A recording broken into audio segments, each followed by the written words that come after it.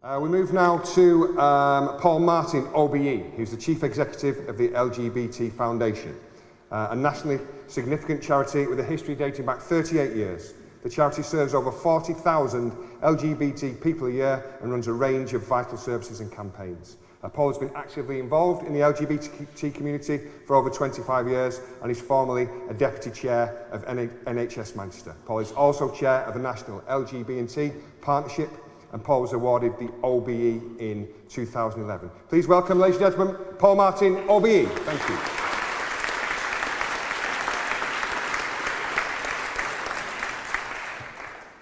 Good afternoon, everybody. It's kind of always daunting to hear one's CV read out for you in front of a room when you get a bit embarrassed. And as a 49-year-old, not quite 50-year-old white man, I am very proud and privileged to be invited to speak to you today on what is an incredibly important day.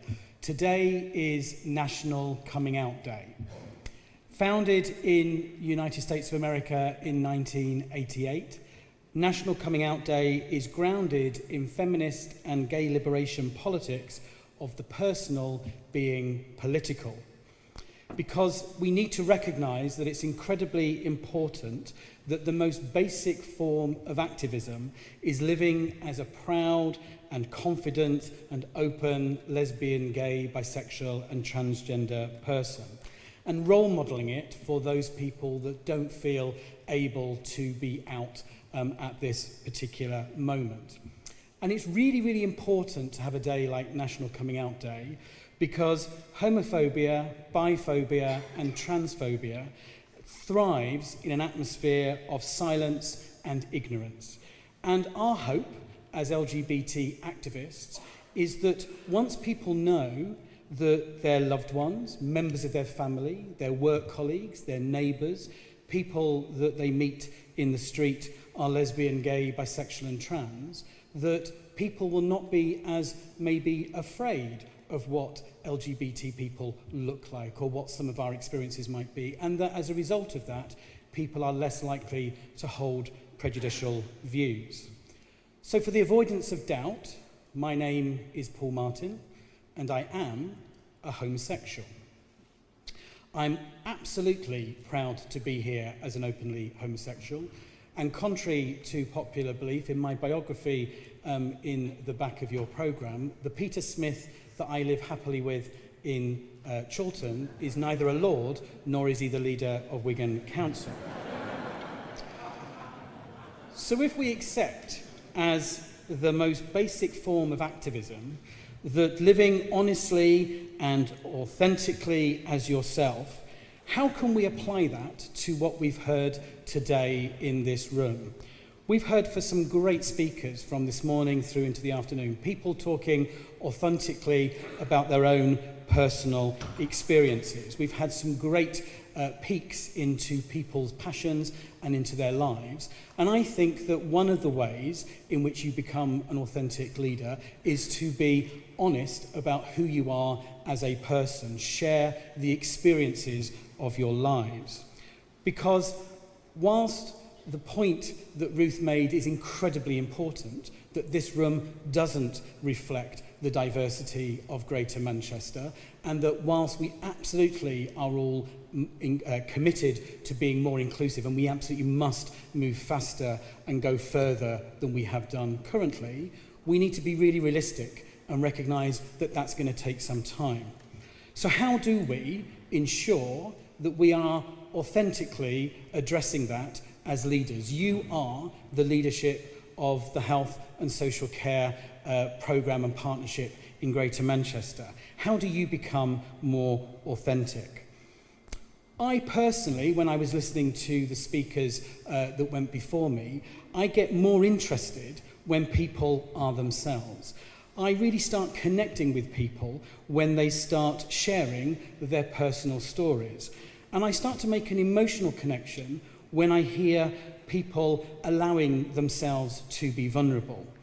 I empathise, I commiserate, and I will to succeed speakers who sometimes get it wrong or when things go wrong. So when John was making his incredibly powerful point about total football being an incredibly important team approach to winning. When the film didn't work, I will remember that point and the point he was making from the values that he was expressing at that moment because the film didn't work. I commiserated and I made that emotional connection.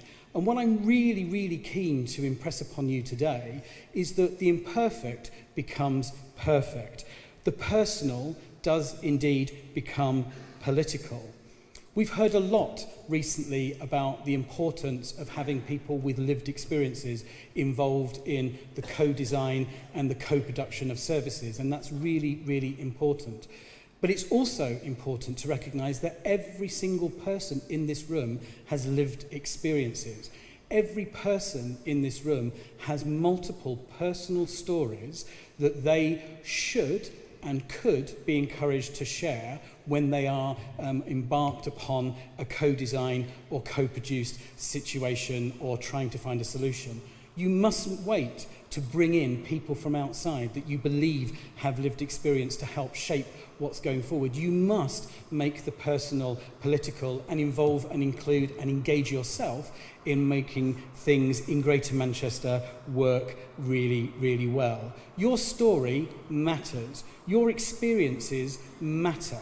We are going to take some time to get to a position that we want to create in Greater Manchester, the vision that was so eloquently outlined this morning by both John and Andy. We cannot wait for things to get right, and I absolutely encourage you to think about how you think of yourself as that patient. Think of yourself as the parent, the carer, the son, the daughter, or the neighbour of the person who you're trying to think about the solution to that long-term conditions. Do not put off the fact that the personal is political. Do not put off the fact that your lived experiences matter.